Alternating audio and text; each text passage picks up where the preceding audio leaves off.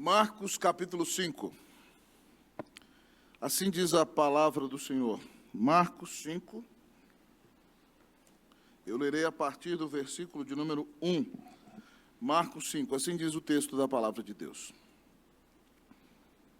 Entrementes chegaram à outra margem do mar, à terra dos Gerazenos. Ao desembarcar, logo veio dos sepulcros ao seu encontro um homem possesso de espírito imundo, o qual vivia nos sepulcros e nem mesmo com cadeias alguém podia prendê-lo. Porque, tendo sido muitas vezes preso com grilhões e cadeias, as cadeias foram quebradas por ele e os grilhões despedaçados, e ninguém podia subjugá-lo. Andava sempre de noite e de dia, clamando por entre os sepulcros e pelos montes, ferindo-se com pedras. Quando de longe viu Jesus, correu e o adorou, exclamando com alta voz: que tenho eu contigo, Jesus, Filho do Deus Altíssimo? Conjuro-te por Deus que não me atormentes. Porque Jesus lhe dissera: espírito imundo, sai deste homem. E perguntou-lhe: qual é o teu nome? Respondeu ele: Legião é o meu nome, porque somos muitos. E rogou-lhe encarecidamente que os não mandasse para fora do país. Ora, passava ali pelo monte uma grande manada de porcos, e os espíritos imundos rogaram a Jesus, dizendo: manda-nos para os porcos, para que entremos neles. Jesus o permitiu. Então, saindo os espíritos imundos, entraram nos porcos, e a manada, que era cerca de 2.000, precipitou-se despenhadeiro abaixo, para dentro do mar, onde se afogaram. Os porqueiros fugiram, e o anunciaram na cidade pelos campos. Então saiu o povo para ver o que sucedera. Indo ter com Jesus, viram um endemoniado que tivera legião assentado, vestido em perfeito juízo, e temeram. Os que haviam presenciado os fatos contaram-lhes o que acontecera ao endemoniado e acerca dos porcos, e entraram a rogar-lhe que se retirasse da terra deles. Ao entrar Jesus no barco, suplicava-lhe o que for endemoniado que o deixasse estar com ele. Jesus, porém, não lhe permitiu, mas ordenou-lhe: vai para a tua casa, para os teus, anuncia-lhes tudo o que o Senhor te fez e como teve compaixão de ti. Todos comigo, 20. Então ele foi e começou a proclamar em Decápolis tudo o que Jesus lhe fizera, e todos se admiravam. Pai bendito, muito obrigado por essa noite e muito obrigado por estarmos aqui reunidos em nome do Senhor Jesus. Pai de amor, eu quero te agradecer pelo teu doce cuidado e pela grande salvação que tu nos dás, ó Pai, em Cristo Jesus, o nosso Senhor. Muito obrigado, Deus, ó Pai, porque a tua palavra diz, Senhor Deus, que o Senhor Jesus, quando morreu, Colossenses diz, cravou na cruz todo escrito de dívida que era contra nós, e assim triunfou dos principados e potestades na cruz do Calvário.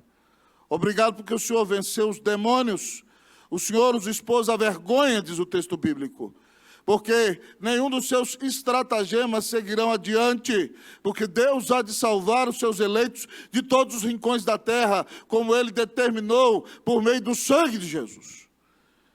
E, ó Pai, ninguém pode impedir o povo do Senhor de buscar a Tua presença e de estar contigo. Senhor Jesus, fala ao nosso coração, abençoa a nossa vida. Ó Senhor, nos alimenta. Ó Senhor, nos descedenta. Ó Senhor, nos abençoa. Ó Senhor, nos ajuda a confiar na Tua soberania. Fala conosco, Deus. Fala ao nosso coração. Ó Senhor, tem misericórdia de nós. Nós clamamos a Tua bênção. Em nome de Jesus. Amém. Poder sentar, amados irmãos.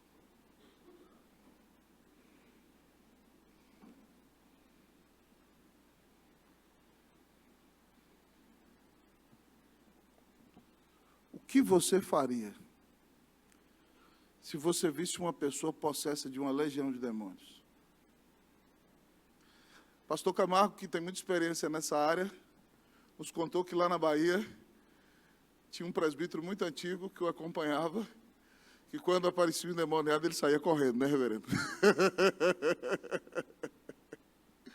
Você tem medo, meu irmão? Tem medo da batalha espiritual? Tem medo das lutas do caminho? Você é uma pessoa que anda amedrontada, angustiada, que não crê no poder e na bondade do Senhor?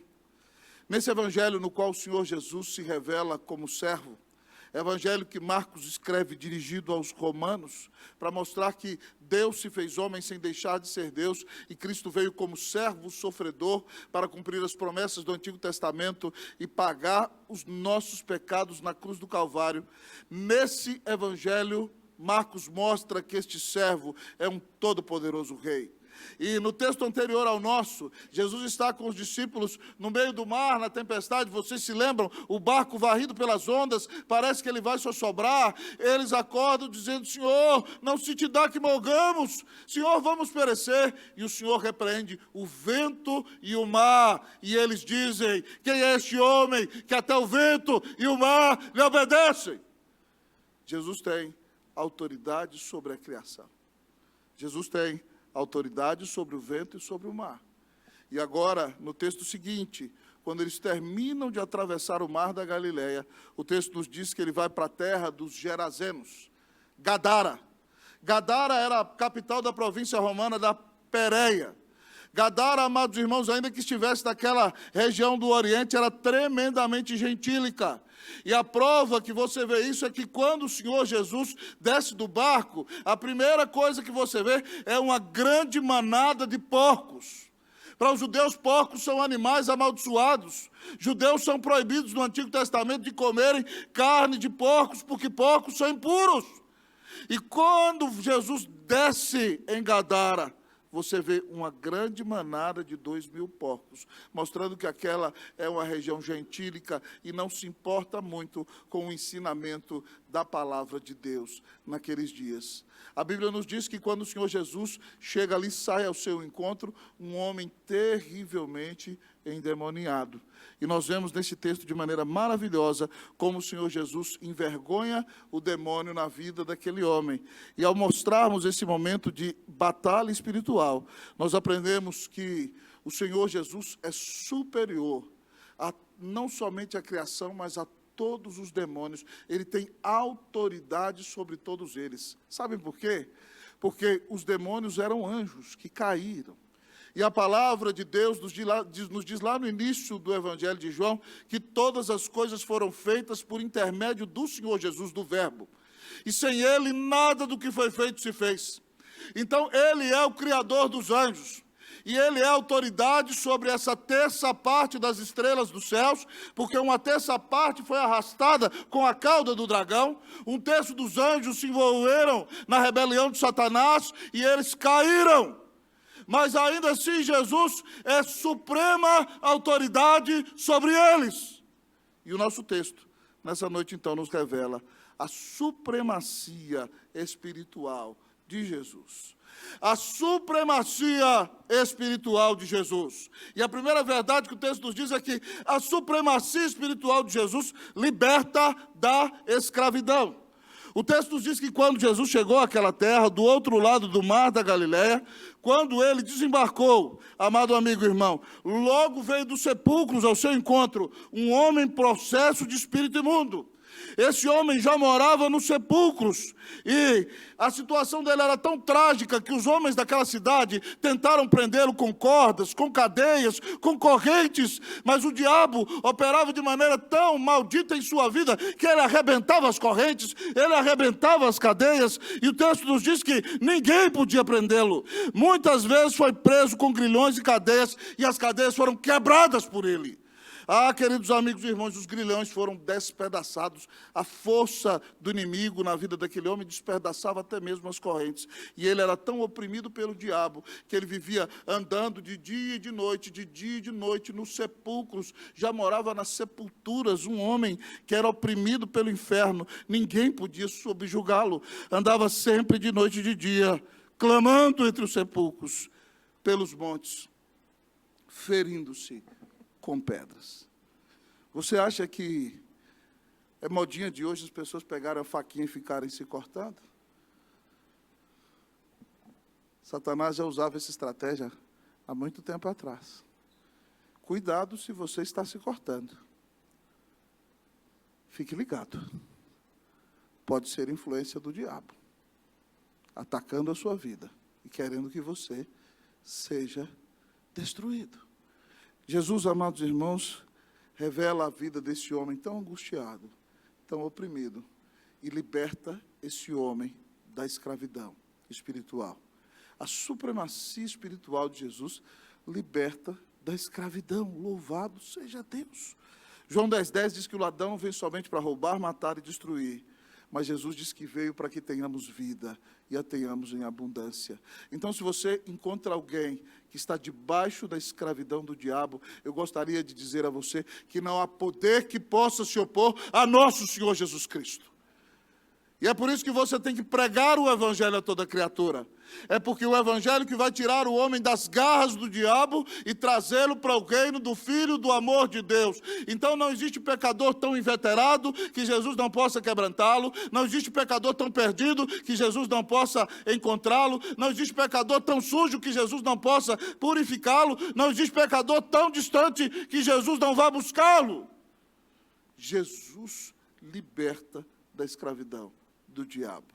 E é por isso que nós pregamos o evangelho, porque sabemos que ele liberta desta escravidão. Pastor Silas tocou uma música maravilhosa que cita um versículo de 1 João.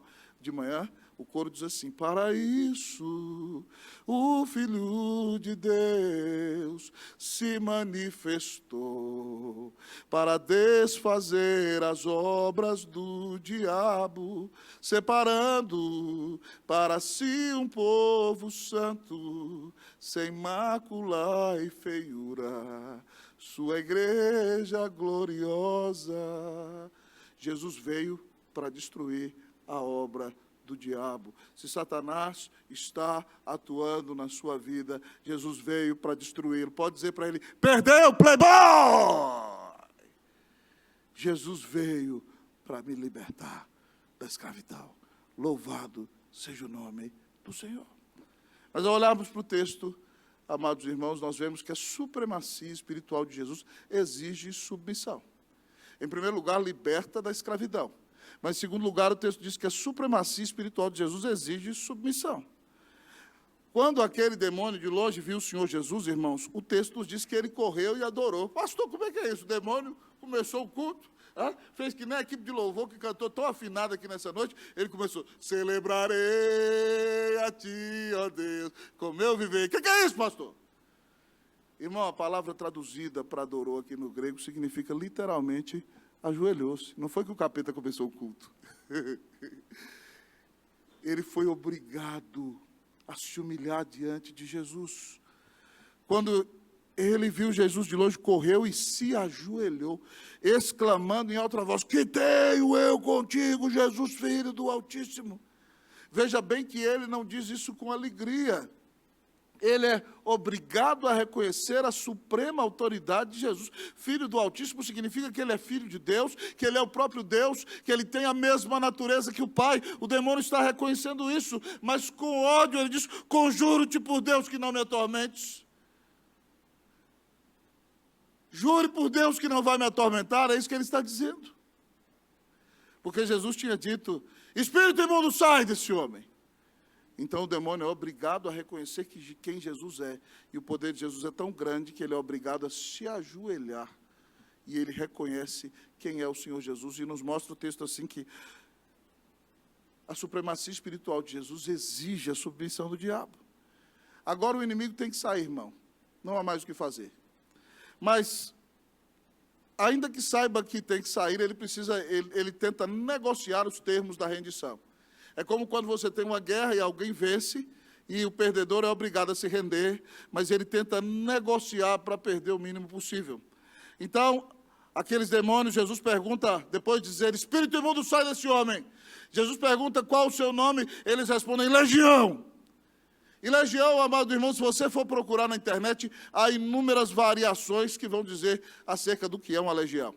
Mas legião era um destacamento de soldados romanos, que na menor definição podia ter 3.000 pessoas, e no máximo chegava a 12.000 soldados. Então, pasme comigo, esse homem está tão dominado pelo diabo, e por isso arrebenta correntes, e por isso vive gritando que nem um louco, e anda nu no meio dos sepulcros, amado amigo e irmão, se cortando a si mesmo, porque ele está tomado por milhares de demônios dentro dele. Legião. tremendamente oprimido pelo diabo. E aí, então, o demônio rogou-lhe encarecidamente de joelhos: por favor, Jesus. Você tem que saber ler o texto. Preste atenção nas letras. Por favor, Senhor Jesus, não nos mande de volta para o abismo, diz outro evangelho. Não nos lance no inferno já agora, para que nós queimemos eternamente. Satanás tinha mandado que eles trabalhassem naquela região, irmãos. Por isso eles pedem a Jesus: não nos mande para fora do país. Eles são soldados do diabo. E aí, então, eles pediram a Jesus. Havia ali uma grande manada de porcos, com 2.000 porcos. Eles disseram: manda-nos para os porcos, para que entremos neles. Porcos são animais impuros.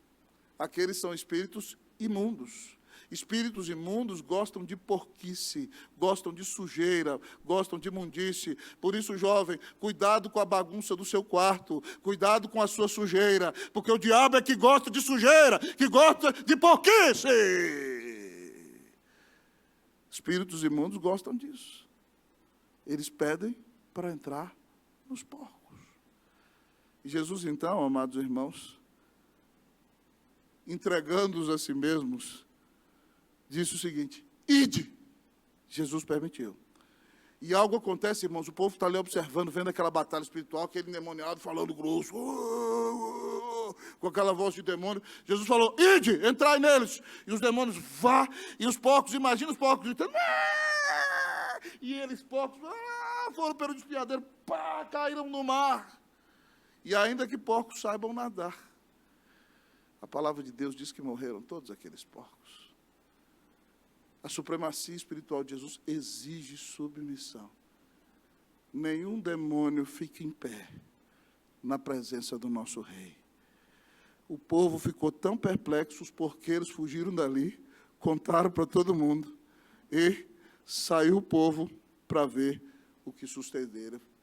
Você precisa entender, irmão, que a sua luta espiritual não é contra o sangue e contra a carne.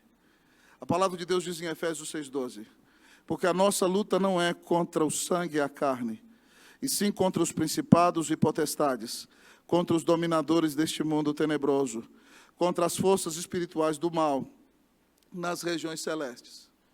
Muitas vezes, irmãos, o diabo coloca pessoas para infernizar a nossa vida. E muitas vezes você acha que os seus inimigos são essas pessoas. Esse homem aqui, amado irmão, era um rejeitado, tentaram libertá-lo, prendê-lo, ajudá-lo, calá-lo e não puderam. Expulsaram ele para os sepulcros, amarraram ele com correntes. Ele era tremendamente rejeitado. Mas quem estava agindo na vida daquele homem, irmãos, era o próprio inimigo, com sua legião. E eu e você precisamos entender que a nossa luta não é contra o sangue e contra a carne. Então, muitas vezes, querido amigo e irmão, você mira uma pessoa no seu trabalho como fosse o seu inimigo, ainda que te persiga, ou na sua família, alguém com quem você tem dificuldade de se relacionar, ou até na igreja, mas você precisa entender que não é essa pessoa que é o seu inimigo. A palavra de Deus diz que os seus inimigos são os principados, os príncipes dos demônios, as potestades, os demônios organizados, os dominadores deste mundo tenebroso, as hostes, os exércitos espirituais do mal. Eles é quem querem oprimir você, eles é quem querem te entristecer, e eles vão usar, queridos, todos aqueles que estejam à disposição para trazer tristeza para você, para oprimir a sua vida, para te afastar de Jesus, para fazer com que você deixe de crer no amor de Deus. Você precisa entender que o seu grande inimigo é o diabo. E você precisa entender que você não luta contra as pessoas que estão do seu lado. Nós devemos pedir, irmãos, discernimento espiritual. Eu me lembro quando nós voltamos do Chile, no ano de 2007, nossa igreja estava em franco crescimento. Deus estava abençoando muito. E um dia de manhã lá em casa, com Cleusa, nós começamos a conversar, e de repente virou bate-boca. E eu falava, e ela falava, eu falava, ela falava, lembra daquele dia? Dia terrível. Não adianta fechar a cara, não, já era.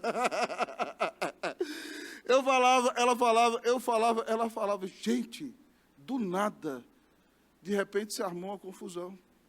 E eu literalmente senti a presença do demônio na sala da minha casa. E depois eu falei para ela, eu falei assim, isso aqui não é normal. E ela mesma reconheceu. E depois nós pedimos perdão um ao outro e pedimos perdão ao Senhor. Mas tem hora, irmão, que é o capeta que entra para infernizar. E se você não tiver discernimento, você xinga a pessoa que está na sua frente, você fica com raiva, você odeia, você vê todos os seus relacionamentos destruídos. Entenda que você vive uma batalha espiritual. E todas as vezes que alguém faz mal a você, você deveria orar por essa pessoa e pedir ao Senhor que tenha misericórdia da vida dela, porque essa pessoa não é o seu inimigo. O seu inimigo é Satanás, é o inferno, é todos os demônios que querem estorvar sua vida espiritual e querem te afastar de Deus. Fique atento, fique ligado. O seu inimigo não são seus irmãos. O seu inimigo é o diabo. Que Deus repreenda toda a obra do diabo na sua vida, amém? E que Jesus submeta o diabo em tudo aquilo que ele está atacando você. Que você veja o diabo ser humilhado na sua vida e Cristo ser glorificado no seu lar, na sua família e em todos os seus relacionamentos. Em nome de Jesus, para a glória de Jesus, amém! Mas o texto continua a nos revelar a supremacia espiritual de Jesus. Em terceiro lugar, o texto nos diz que a supremacia espiritual de Jesus traz a transformação. Então, nós aprendemos, em primeiro lugar, que a supremacia espiritual de Jesus liberta da escravidão. Em segundo lugar, ela exige submissão. Mas, em terceiro lugar, ela traz transformação. Versículos 15 e 16. Eu vou ler o versículo de número 15, a igreja o 16. Indo ter com Jesus, versículo 14 diz que o povo saiu, todo o povo da cidade saiu para ver o que tinha acontecido. Indo ter com Jesus, viram o endemoniado, o que tivera a legião, assentado, vestido, em perfeito juízo, e temeram. Vocês.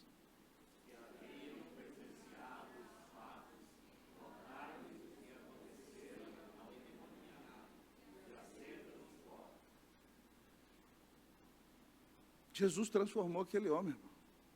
Olha para o texto, que coisa maravilhosa. O povo inteiro saiu, quando foi ver Jesus. Chegaram lá, o homem que tinha legião tinha tomado um banho. Imagina o quanto aquele homem estava fedendo, meu irmão. Os discípulos deviam ter uma túnica reserva ali, né?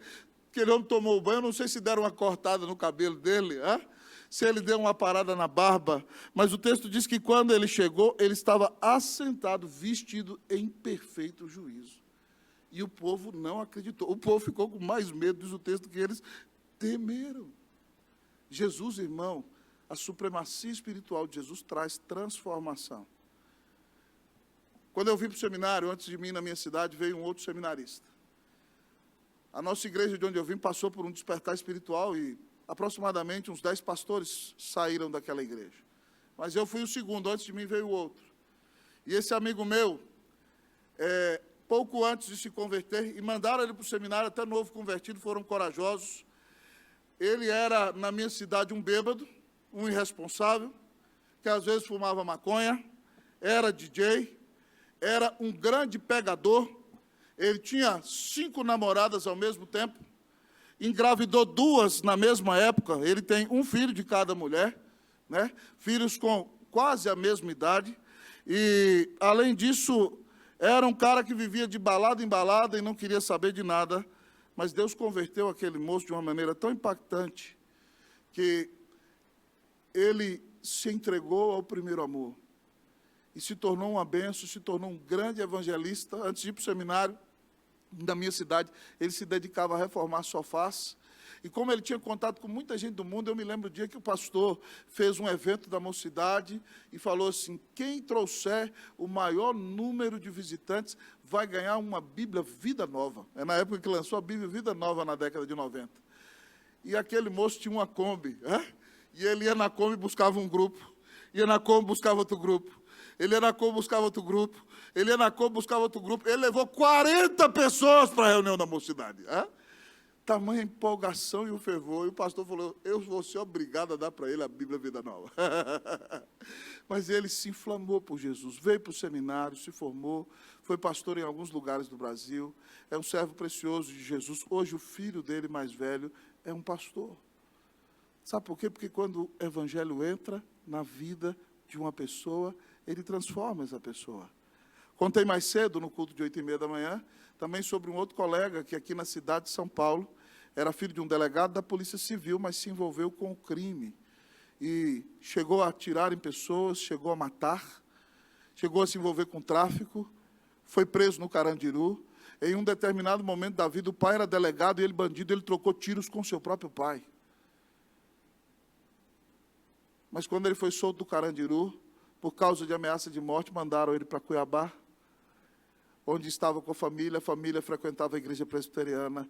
Lá ele foi, ouviu o Evangelho e foi convertido ao Senhor.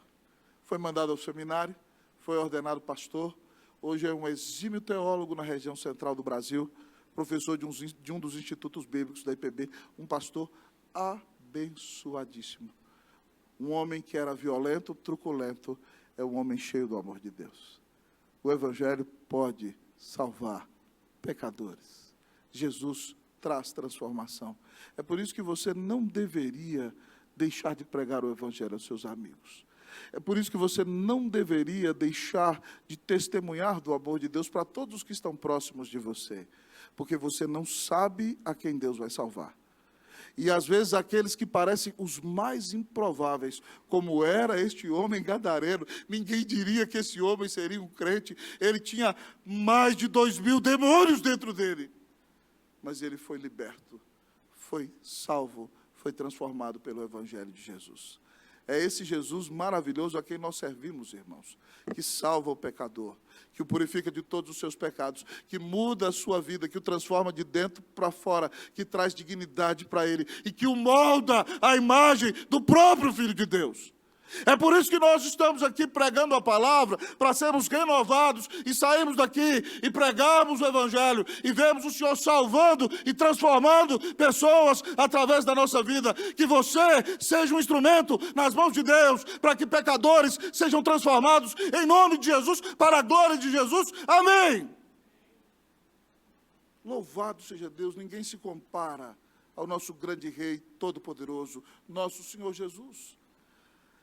Mas, ao falar da supremacia espiritual de Jesus, em quarto lugar, Marcos nos diz que a supremacia espiritual de Jesus recebe rejeição.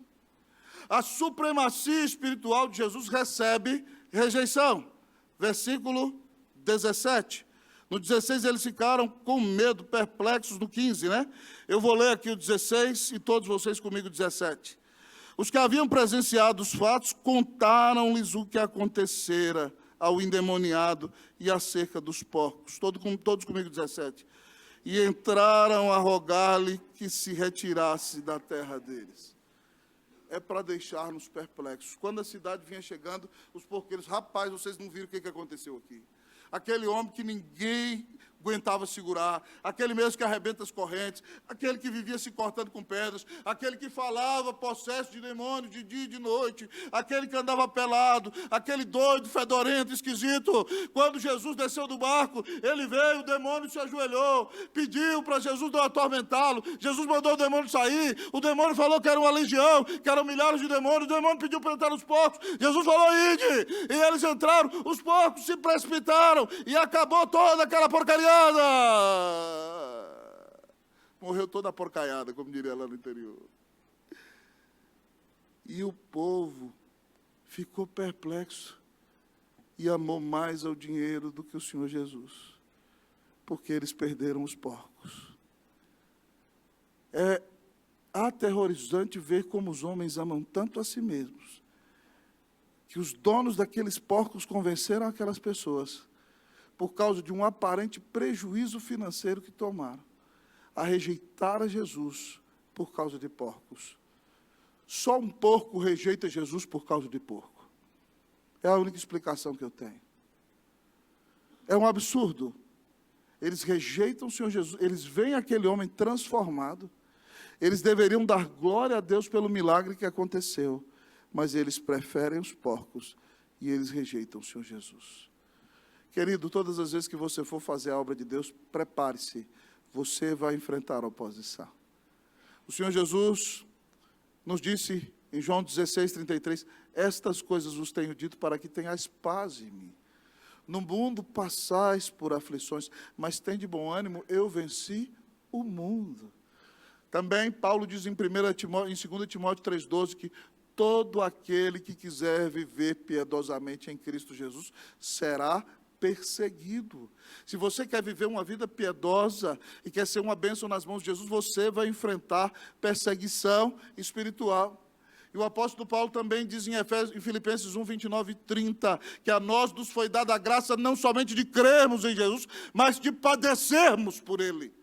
Quando nós sofremos por causa do nome de Jesus, quando nós somos perseguidos por causa de Jesus, isso é uma graça. Nós estamos sendo identificados como servos do Senhor.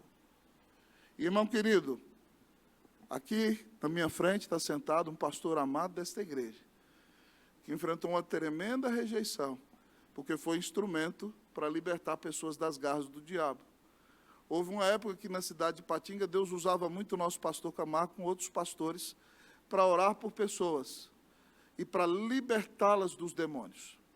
E Deus usou tremendamente o pastor, usou também a dona Celi, para expulsar muito demônio e libertar muita gente da escravidão do diabo. Mas no meio da nossa igreja havia algumas pessoas que eram mais preocupadas com o tradicionalismo do que com o evangelho e com a libertação que o evangelho traz. E essas pessoas, na época daquelas fitas cassete grandes, vocês que são jovens não sabem nem o que é isso, começaram a filmar o pastor Camargo sendo usado para expulsar demônio das pessoas. E fizeram toda uma documentação contra o nosso pastor Camargo. E mandaram para a comissão executiva do Supremo Concílio, dizendo que ele estava praticando práticas pentecostais na igreja, libertando pessoas do diabo. A igreja não estava aceitando que pessoas fossem libertas das garras do diabo. Mesmo o pastor Camargo sendo presidente do sínodo, se levantaram contra ele, mandaram uma denúncia, chegaram a caçá-lo no presbitério, né, reverendo? Tomaram, dizendo que o pastor Camargo não podia ser pastor presbiteriano. E graças a Deus, na comissão executiva do Supremo Concílio, Deus levantou um santo varão de Deus que está na glória, era vice-presidente da igreja presbiteriana na época, reverendo Noé de Paula Ramos, que era pastor da igreja presbiteriana da Boa Vista, no Recife. Ele amava muito o reverendo Camargo, ele disse assim: no meu Camarguinho ninguém encosta! Graças a Deus. E está aqui o Camarguinho, vivo para contar a história, porque Deus defende os seus servos. Mas pasme comigo, toda obra, toda vez que você for fazer a obra de Deus, você vai ser perseguido. A pior tristeza é quando nós somos perseguidos pelos nossos irmãos e por aqueles que estão ao nosso lado. Mas nem todo mundo que está no nosso meio é convertido de verdade. E você tem que estar preparado. Sabe por quê? Porque se o seu Senhor foi perseguido, se você for perseguido por causa dele, é um privilégio para você. Importa que nós sejamos usados pelo Senhor.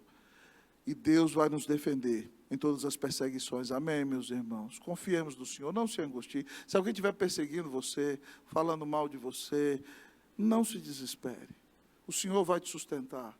Eu mesmo já fui perseguido, já fui difamado, já teve gente que andou falando mal de mim nos 4 cantos da igreja. E para a glória de Deus, meu Senhor me tem guardado. Eu estou aqui pregando a palavra de Deus para você. Então fique firme. Jesus está no barco.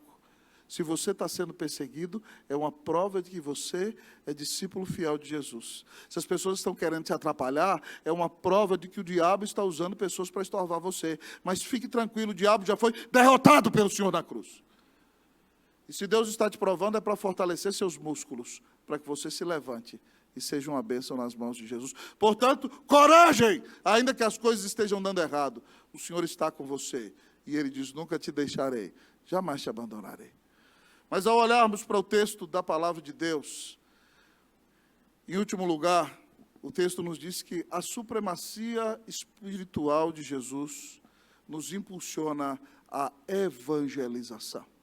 A supremacia espiritual de Jesus nos impulsiona à evangelização. Nós já vimos que ela liberta da escravidão, que ela exige a submissão, que ela traz a transformação, que ela enfrenta a rejeição, mas, em último lugar, a supremacia espiritual de Jesus nos impulsiona à evangelização. A palavra de Deus diz nos versículos 18 a 20. Vamos ler comigo. Eu leio 18, a igreja 19, nós todos o 20. Ao entrar Jesus no barco, o pessoal mandou Jesus embora no 17. Então Jesus: tudo bem, vocês querem que eu vá embora? Eu vou. Ao entrar Jesus do barco, o que for endemoniado suplicava-lhe que o deixasse estar com ele. Vocês, o 19.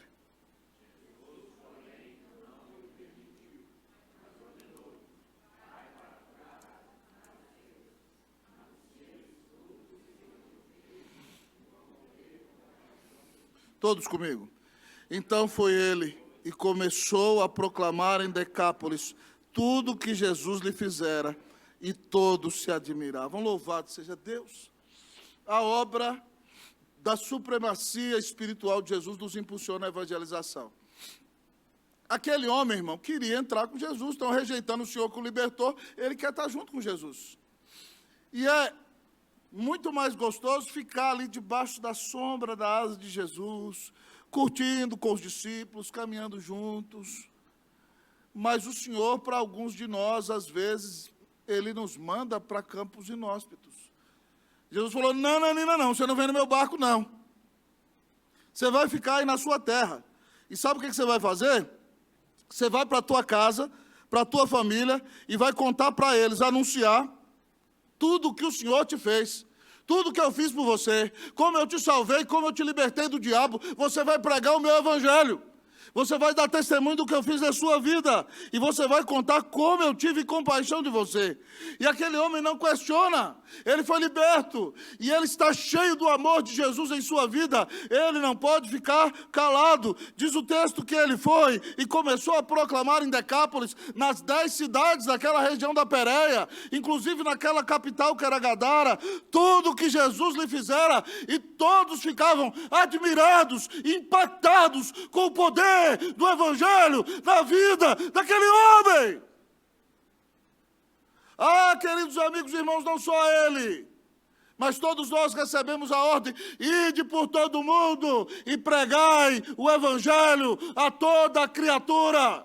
Porque o nosso Senhor tem toda a autoridade nos céus e na terra, porque Ele é o supremo Rei, o soberano Senhor dos senhores, a maior autoridade espiritual. Todos nós somos chamados a desenclausurarmos-nos, a sairmos do claustro, a desencastelarmos-nos, a parar de olhar somente para o nosso próprio umbigo. Nós somos chamados a ir para esse mundão, abrir o peito, abrir os braços, abrir o coração e dizer para o pecador que se ele se arrepender, se ele crer em Jesus, os seus pecados serão perdoados, a sua vida será mudada, ele será adotado como filho de Deus, ele terá um lugar garantido nos céus, ele terá a presença do Senhor em sua vida. Louvado seja Deus.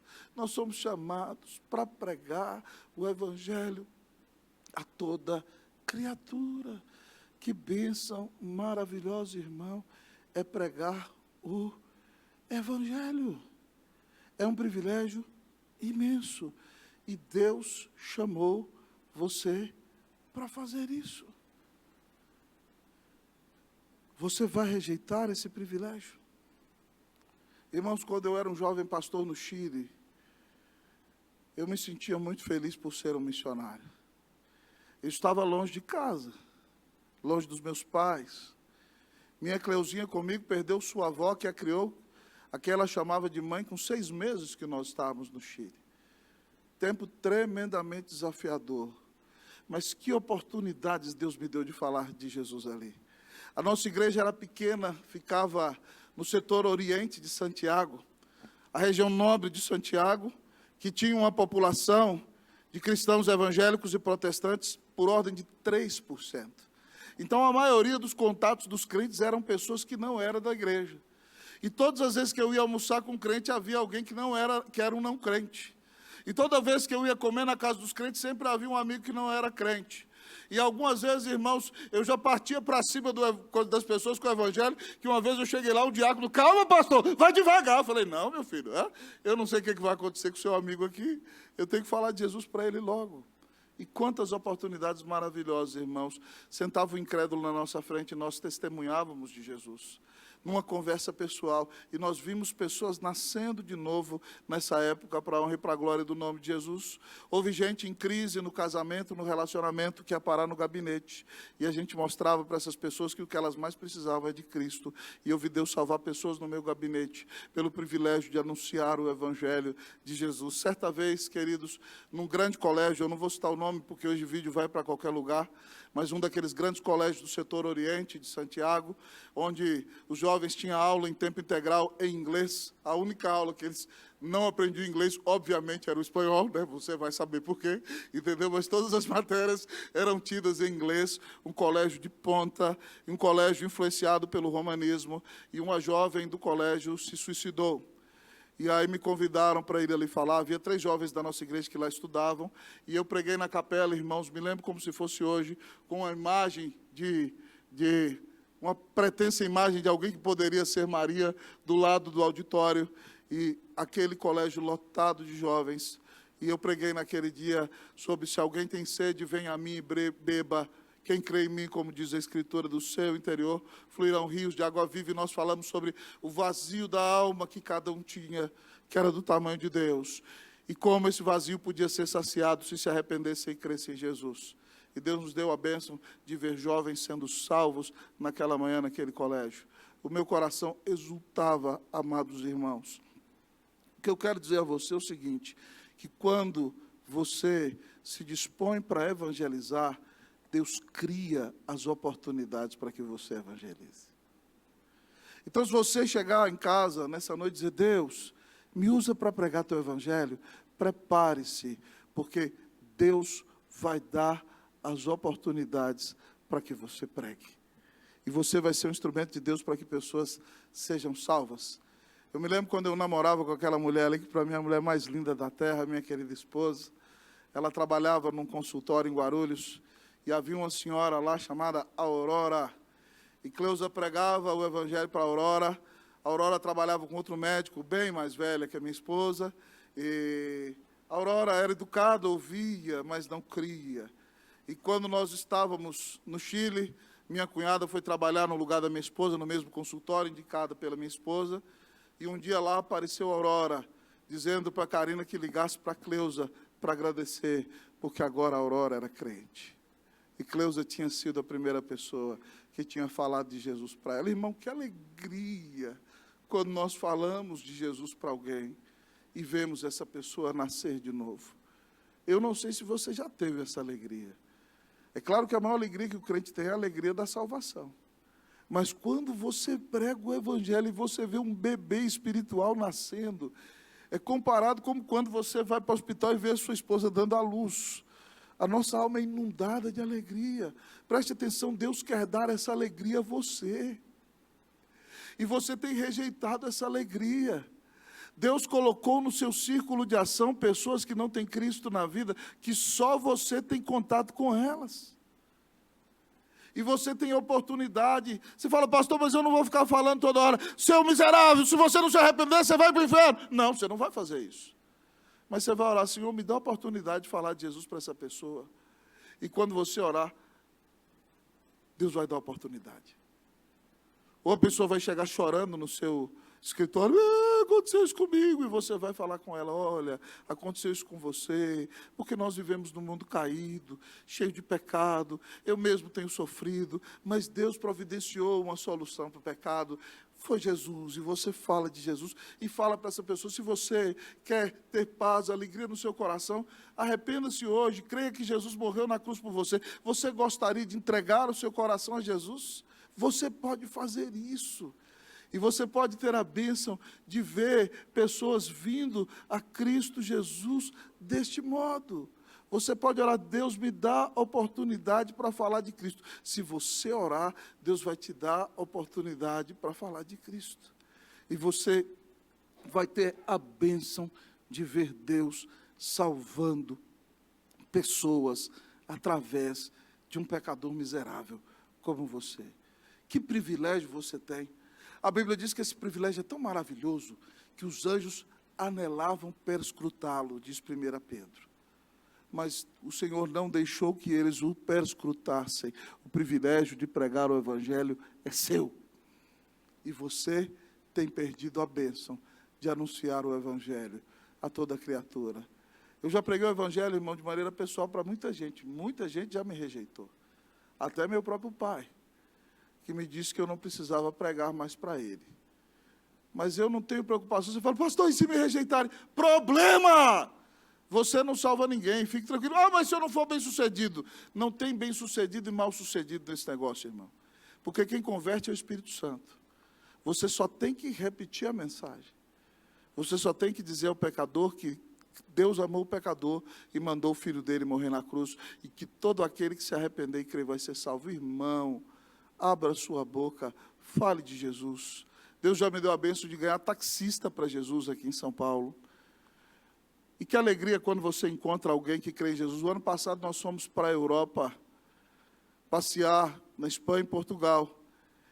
E aí eu estava colocando no Instagram as fotos, e uma moça que eu ganhei para Cristo Jesus em Brasília, que veio do Espiritismo, a mãe dela tinha um centro mediúnico na casa dela, e Deus nos deu a bênção de pregar o Evangelho, e ela veio para Cristo em 8 estudos bíblicos do gabinete pastoral.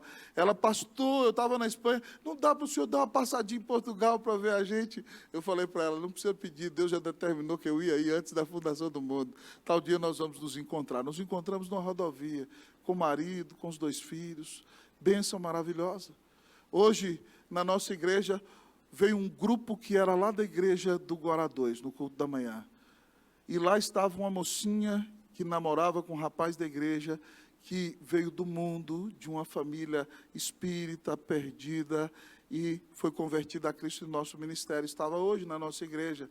A outra, que eu citei o nome, era neta de crente, vivia no mundo, perdida mais do que tudo. O esposo dela chegava lá no Guará 2 com brinco aqui, brinco acolá, mais drogado e chapado do que tudo. Ouviram o Evangelho, se casaram, foram para o sul, lá se converteram, estava lá a família com o bebê, todos hoje. Que privilégio é passar um tempo e você ver que Deus te usou, para que aquelas pessoas fossem libertas das garras do diabo. Esse privilégio não é só meu, não, irmão. Deus quer dar esse privilégio a você. Abra sua boca e diga ao mundo inteiro que Deus amou ao mundo de tal maneira que deu o seu Filho unigênito, para que todo aquele que nele crê não pereça, mas tenha vida eterna. A supremacia espiritual de Jesus nos insta a dedicarmos a nossa vida a pregarmos o Evangelho a toda criatura. Eu concluo o meu sermão desta noite com a ilustração com a qual eu concluí o sermão da manhã. Pastor Camargo e Gustavo já ouviram, mas não tem problema. Eu me lembro que nós temos que pensar, já que o nosso rei é a suprema autoridade, que é como se nós fôssemos, amados irmãos, súditos de um grande rei. Imagine que você está na Idade Média, e esse grande rei enfrentou uma grande batalha, e venceu a guerra, e conquistou um continente inteiro. Os seus inimigos, os generais que se opunham a ele, foram derrotados. E agora ele é senhor de todo aquele continente. Mas no meio daquele continente há pessoas que faziam parte do exército que era inimigo deste rei. E agora nós que éramos do exército desse rei, somos chamados a montar em nossos cavalos e ir para os povoados como arautos desse rei. E aí nós chegamos no meio de um povoado, tocamos a nossa trombeta, parará, parará, pá, pá, pá, pá, pá, pá, e todo o povoado se ajunta. E nós abrimos então o nosso pergaminho e começamos a dizer: o grande rei, o rei dos reis, o soberano Senhor dos senhores, derrotou todos os seus inimigos quando deu sua vida na cruz do Calvário, e agora ele conclama a todos os que estão dentro dos limites do seu reino, que porventura eram seus inimigos, se eles se arrependerem dos seus pecados e crerem na bondade deste rei, crerem na misericórdia deste rei, crerem na graça deste rei, crerem na provisão deste rei, crerem na salvação deste rei, serão todos perdoados de todas as suas rebeldias e pecados, se tornarão súditos do rei, serão amados, abençoados e sustentados pelo próprio rei. Mas todos aqueles que rejeitarem a misericórdia deste rei serão lançados no inferno da sua ira e pagarão eternamente por terem rejeitado o Filho do grande Deus. Você é o mensageiro. Você é o arauto. Você tem subido no seu cavalo e tem cumprido a sua missão de anunciar a vitória do seu rei. Que Deus tenha misericórdia de nós. Que nós nos levantemos e preguemos ao mundo inteiro que o nosso rei tem toda a autoridade nos céus e na terra. Cristo move as montanhas e, como diz o cântico, Ele tem poder para salvar. Que Jesus seja soberano sobre sua vida, sobre o seu coração, sobre o seu lar, sobre nossa igreja, e que nós sejamos instrumentos úteis em suas mãos, para que pecadores sejam libertos das garras do diabo e trazidos para o reino do Filho de Deus. Que Deus se levante em nosso meio, que Deus nos use como instrumento de salvação, em nome de Jesus. Amém.